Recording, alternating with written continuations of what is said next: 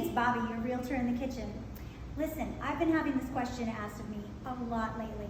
People that have this awesome interest rate and they're afraid to sell because they're like, I can't get a rate like that today. So I came to the money man at Keller Williams. This is Lance, and he has all the answers. The answer he gave me blew me away about what you can do to maximize a return on all of this. Lance? Yeah, so this is a common thing. I have a 2.5% interest rate or a 3% interest rate. I don't want to lose that. And so what I'm telling everybody is don't. Actually never sell that house because that's a great rate. Keep it forever. But what you want to do is you want to actually rent it. And here's how. So let's say you have a house. You have, let's just say it's $200,000. Okay? Let's just say you put that house on the market and it might cost you, let's just say $1,200 a month in rent. In your note. If you list that house, you generally can get about $1,800 to $2,000 a month rent. So let's just say you're going to make $800 cash per month if you rent this out. Now, if you get a property manager, you might actually get a little bit less, but then you don't have to do anything to the property, right? So it might cost you a couple $100, but you can clear $500 to $600 cash per month.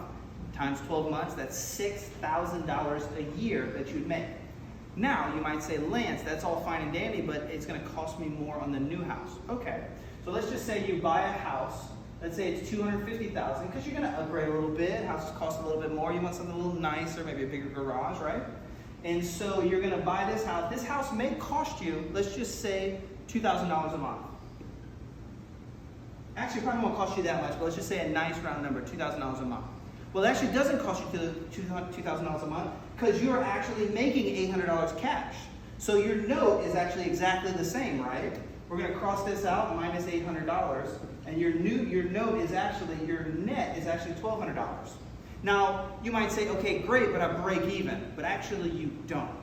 One of the things that I've been trending over the last 30 years, and you might say, hey, Lance, you're only 37 years old. How's that? I've pulled the numbers from the old days. And I've found that over the last 30 years, in our local marketplace, houses have appreciated by 4%. So that means every year your house is worth 4% more. But over the last 5 years, it's actually 6%.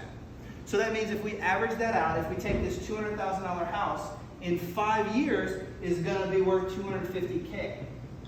And this $250,000 house in 5 years is going to be worth $300K. So if you do this equation, you add these up, in 5 years, you've increased your net worth by $100K, and it actually didn't cost you anything. And you got out of that old house you're in, and you got into the house of your dream because you have a great realtor like Bobbi. And so this is, I think, a really cool way to look at where we are in the marketplace, how to actually double down and increase your net worth, because historically, this is one of the most sound investments that a buyer can make right now.